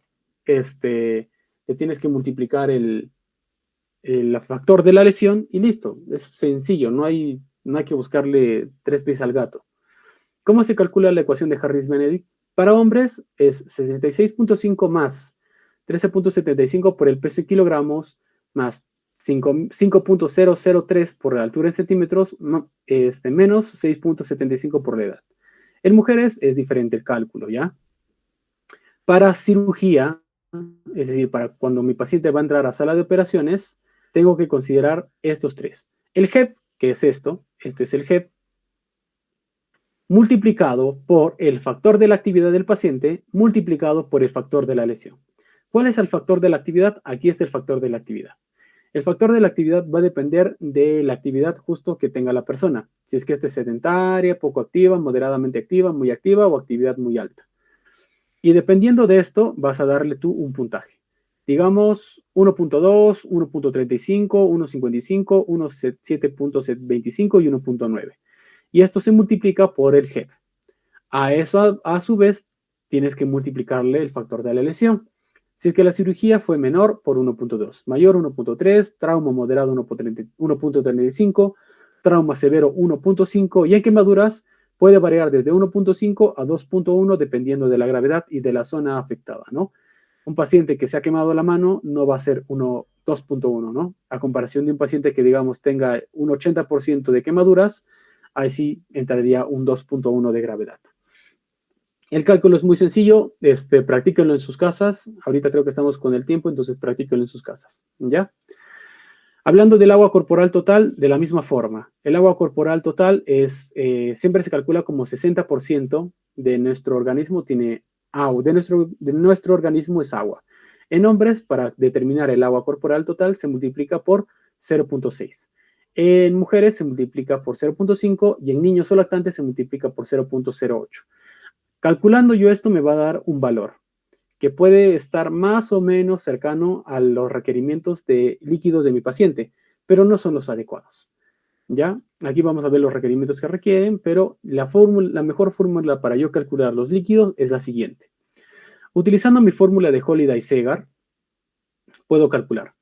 Dentro de mis 10 primeros kilogramos van a ser, si es que mi paciente, voy a hacer un ejemplo, pesa un adulto, digamos, ¿ya? Está pesando 68 kilos. 68 kilos. Los primeros 10 kilos de estos 68 voy a multiplicarlos por 100 mililitros. Los siguientes 50, perdón, aquí es 100. Los primeros 100 kilogramos voy a multiplicarlos por, perdón, me estoy confundiendo un ratito, ya. Los primeros 10 kilogramos por 100. Los siguientes 10 a 20 kilogramos, mejor dicho, los siguientes 10 kilogramos voy a multiplicarlos por 50 mililitros. Y los últimos kilogramos, es decir, los kilogramos que resten, que digamos voy a poner aquí X kilogramos, voy a multiplicarlo por 20 mililitros. Entonces, en el caso del paciente que pesa 68 kilogramos, yo diré, entonces 10 por 100 va a ser acá 1000 mililitros. Los siguientes 10 van a multiplicarse por 50, entonces ya voy ahí, 500 mililitros. Y los últimos kilogramos, que van a ser ¿cuánto? Resto, ¿no? 68 menos 10, 58. Menos 10, 48. Aquí solamente restarían ¿cuánto? 48 kilogramos, ¿cierto? 4, 5, 6, ajá. Por 20, entonces voy a hacer mi cálculo. Usamos la calculadora, ahí está. Será 48 por 20, me sale 960. 960 mililitros. Entonces, yo sumo todo esto, 1000 más 500 más 960, me va a dar un total de 2460 mililitros en 24 horas, ¿ya? Ese es el requerimiento de líquidos que necesita mi paciente para ese día de hospitalización o que lo hayas tenido en la cirugía. Ahora, tú dices, ok, 2640 mililitros cada 24 horas, perfecto. Tú le vas a ir a la licenciada y le vas a decir, ok, licenciada, póngale 2460 mililitros. No, pues, obviamente no. Entonces, lo que vas a hacer es lo siguiente. Primero, los 2640 mililitros vas a dividirlo en horas para que veas cuánto es el tiempo, ¿no? Vas a dividirlo en horas. Sería entre 24 horas. ¿Cuánto te sale 2460 entre 24? Esto sale 102.5. Perfecto. Vas a darle a tu paciente 102.5. A grosso modo, vamos a darle 100 mililitros. 100 mililitros cada una hora. Entonces, yo voy a pasarle a mi paciente 100 mililitros cada una hora. ¿Cuánto es 100 mililitros? No le vas a decir, ok, licenciada, pásale 100 mililitros por hora. ¿Cuánto es? Entonces, aquí haces tu cálculo, ¿no? Ojo, estoy hablando de, este es volumen total de agua, volumen total. Y estoy suponiendo que mi paciente no toma líquidos. O sea, está con la boca cerrada, está en ayuno, no entra nada, solo la única agua que le entra es por la vía endovenosa. Entonces hago mi cálculo y para eso existe la fórmula del cálculo del goteo. El volumen entre 3 por el tiempo. Y hago mi cálculo, sería el volumen que es 100 entre 3 por una hora, ¿cierto? ¿Cuánto es 100 entre 3? Creo que es 33.3, a ver. 100 entre 3 me da igual a 33.3. Entonces sería 33.3 gotas por hora. Listo. Ya tuviste ya tu tiempo, entonces lo haces más sencillo. La licenciada no va a poder calcular 33.3. Entonces le dices, ok, pásele a 34 gotas por minuto, perdón. Por minuto. 34 gotas por minuto. 34 gotas es un montón. Entonces, esto no sale alto porque yo estoy suponiendo que mi paciente no toma nada por vía oral. Pero yo mismo estoy diciendo que se le debe de estimular la vía enteral temprana. Entonces, yo voy a suponer que durante el día mi paciente va a tomar 1460 mililitros. 1460. Yo le voy a dar 1,5 litros de agua y los otros 1000 lo voy a pasar por la vía endovenosa. Aquí sí ya tiene sentido, porque si yo multiplico estos 1000, si divido, perdón, estos 1000 entre 24 me sale a 41.6.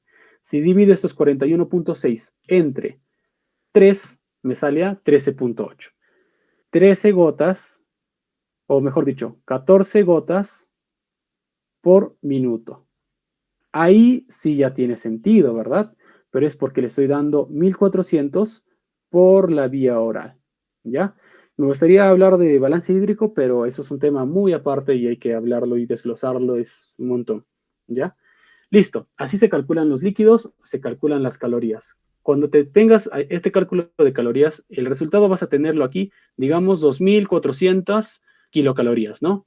Y esto tú vas a tener que hablar con el nutricionista del hospital para poder calcular con qué alimentos mi paciente va a llegar a obtener estas calorías. No menos, no menos y tampoco más, ¿ya? Lo ideal es que sea exacta 1400 kilocalorías. Listo. Eso sería todo por mi parte. Ha sido un gusto poder dar esta ponencia por ustedes, chicos. Bueno, tengo una página que se llama Suturas Maestras. Pueden seguirme en YouTube, en Instagram, en Facebook y en Twitter. Estoy en los cuatro canales. Ahí se van a estar subiendo contenido de suturas netamente, de puntos de sutura, nudos quirúrgicos, entre otros.